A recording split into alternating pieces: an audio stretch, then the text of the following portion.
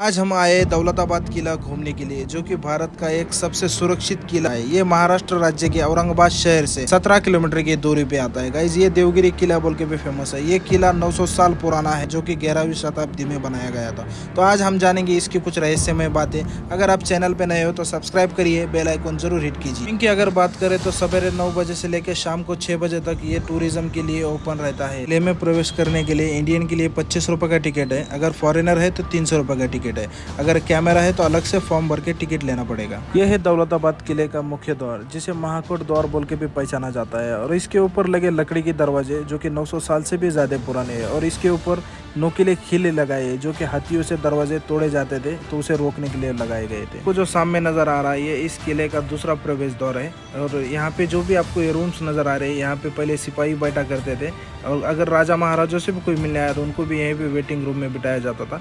और यहाँ पे आज रखी जो उस जमाने में यूज़ की गई थी तोहफे और गोला बारूद, जो कि ये देखिए ये तोहफे जो 5 किलोमीटर की रेंज थी। और यहाँ पे है कुछ डमी दरवाजे, जो कि गुमराह करने के लिए लगाए गए थे। डमी दरवाज़ा, ये बड़ी तोहफा है। चलिए अभी आगे चलते हैं।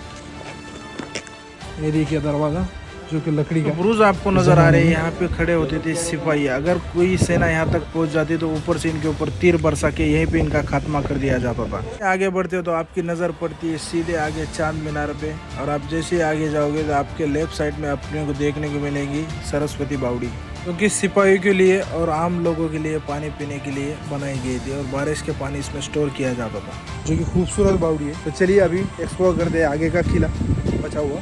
बने रहिए मेरे साथ, ऐसे ही कंटिन्यू करते हैं चढ़ने का। यह है चांद मीनार, 210 फीट ऊंची। कुतुब मीनार के बाद भारत की दूसरी सबसे बड़ी मीनार है।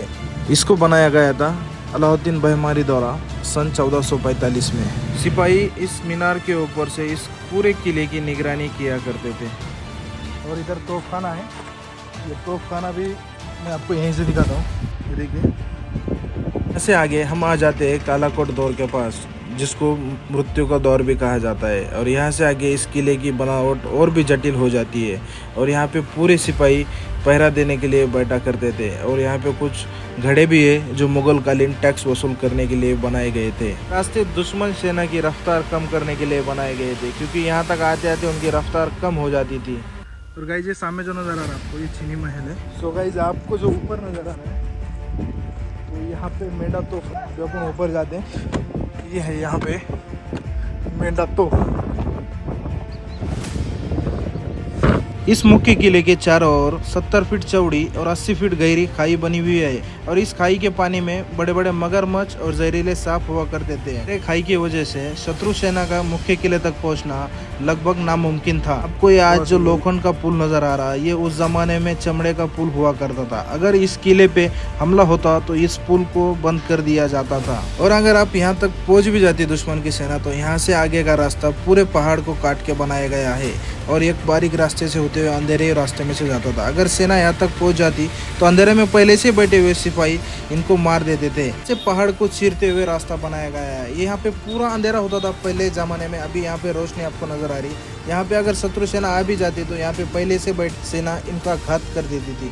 और आपको ये जो रोशनी नजर आ रही है, उस जमाने में रोशनी नहीं थी। ये पायरे भी नए बनाए गए हैं। 1950 के पहले यहाँ पे ऊपर एक बड़ी छत हुआ करती थी, बड़ी छत की, तो पूरा अंधेरा रहता था। और एक में जो आपको रोशनी नजर आ रही, यहाँ से रोशनी आती थी। अगर शत्रु सेना यहाँ तक पहुँच जाती तो ऊपर से गर्म खौलता हुआ तेल इनके ऊपर डाल के इनको मार दिया जाता था। कि आगे का रास्ता पूरा गुफाओं से बना, इसमें ऐसे गुफाएं बनाई दी कि आप घूम घूम के यहीं पे आते थे। और अंधेरे की वजह से दुश्मन की सेना को मार के खात्मा कर देती थी। और ये पूरे पहाड़ कुरेद के यहाँ से रास्ता बनाया गया था। सीढ़ियाँ भी देखिए आप किस तरीके से बनाई गई है। अभी हम आ चुके हैं बारादरी महल के पास। बारादरी का निर्माण दिल्ली के बादशाह शाहजहां ने करवाया था। और शाहजहां ने अपना बहुत सारा समय दौलताबाद किले पे इस महल में बिताया है। इस महल का निर्माण बादशाह की सारी सुख सुविधाओं को ध्यान में रखकर किया गया था, जहाँ पर महफिलें और दरबार लगा करते थे। फाइनली गाइज, अभी अपन पहुंच चुके हैं इस किले के लास्ट स्टॉप तक, जहाँ पे जो कि इस किले की सबसे बड़ी तोहफ है गाइज। मैं आपको बताता हूँ, अभी तो किला बंद हो चुका था, लेकिन हम रिक्वेस्ट की उनसे, इसके बाद हम यहाँ तक पहुँच चुके हैं। ठीक है, जो काला पहाड़ तोहफ है वो भी मैं आपको दिखाता हूँ। बने रहे हमारे साथ ऐसे, बिल्कुल मेरे सामने आप देखिए कितनी ज़बरदस्त ये तोहफ है। ठीक है, बने रहे हमारे साथ ऐसे। अभी सनसेट देखना था, लेकिन इस किले का टाइम है 5:30 बजे बंद हो जाता है। और ये देखिए ये तोप है, बिल्कुल इतनी ज़बरदस्त तोप है जो उस ज़माने में ऊपर लाई थी। ये सुरक्षा, अगर ये तोप यहाँ से चली, आप सोचिए कहाँ तक ये तबाही मचा सकती है कि नहीं। जैसे कि देखिए इसके साइड का नज़ारा बहुत ही खूबसूरत है। वो सामने जो नज़र आ रहा है समृद्धि महामार्ग है। और देखिए सनसेट बिल्कुल अनकरीब है। मैं सोचा था सनसेट यहाँ से देखूँगा, हमें यहाँ परमिशन नहीं है रुकने की 5:30 के बाद।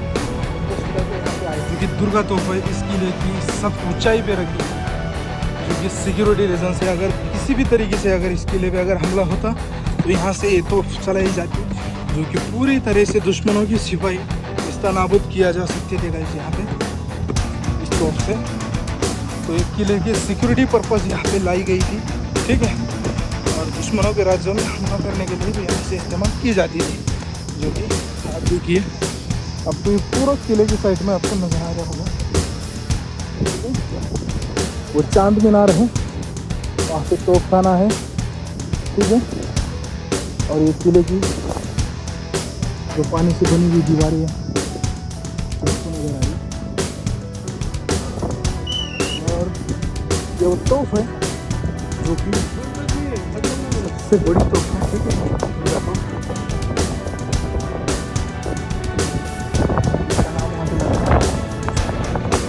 फाइनली गई उतर रहे सर है 5:30 बजे बंद कर दे, लेकिन थैंक यू, शुक्रिया सर, आप लोगों ने हमको जाने दिया ऊपर। और आप लोगों को जैसे हमारे दर्शकों को देखने को मिला किले पर की ऊँचाई, थैंक यू हमारी तरफ से। गाइस आप लोग भी इनको ज़रूर थैंक यू बोलिए, अगर आप इस किले पे आते तो इनको ज़रूर मिलिए और इनको थैंक यू बोलिए, ठीक है। ज़्यादा है नहीं है मज़ा, बहुत बढ़िया मज़ा है, लेकिन धूप ज़्यादा रहने की वजह से बहुत दिक्कत आती है। और एक बात है, ऊपर पानी नहीं पीने के लिए, पानी आपको बॉटल लेके आना पड़ेगा, लेकिन इनके चिल लेके आए तो पूरी गर्म हो जाती है। एक बात बहुत अच्छी है, अगर आप बॉटल वहाँ से कैरी कर रहे हो रिटर्न तो यहाँ पे प्लास्टिक नहीं होना इस किले में, इसलिए इन्होंने जब भी आप पॉकेट बॉटल लेके आते हो तो यहाँ पे 20 रुपये डिपॉजिट ले लेते हैं इस बॉटल की। आप अगर ये बॉटल वहाँ तो वापस दे रहे हो तो आपको रिफंड मिलेगा 20 रुपये। ये बहुत अच्छी सिस्टम बना है, इससे क्या होता है आप यहाँ पे कचरा भी नहीं करोगे, बॉटल वापस चले जाएगी, ठीक है। तो आप जब भी किसी भी किले पे जा रहे हो तो बिल्कुल भी कचरा मत कीजिए। जैसे ये पन्नियाँ यहाँ पे फेंक रखिए, गैस इसका ख्याल रखिए। दोस्तों अभी अपन देगा दौलताबाद किला, जो कि अभी अपन पूरा ट्रैक करके नीचे आए। आई होप आपको ब्लॉग पसंद आया होगा, पसंद आएगा तो लाइक करें, सब्सक्राइब करिए। मिलते हैं आपको ऐसे किसी इंटरेस्टिंग ब्लॉग में।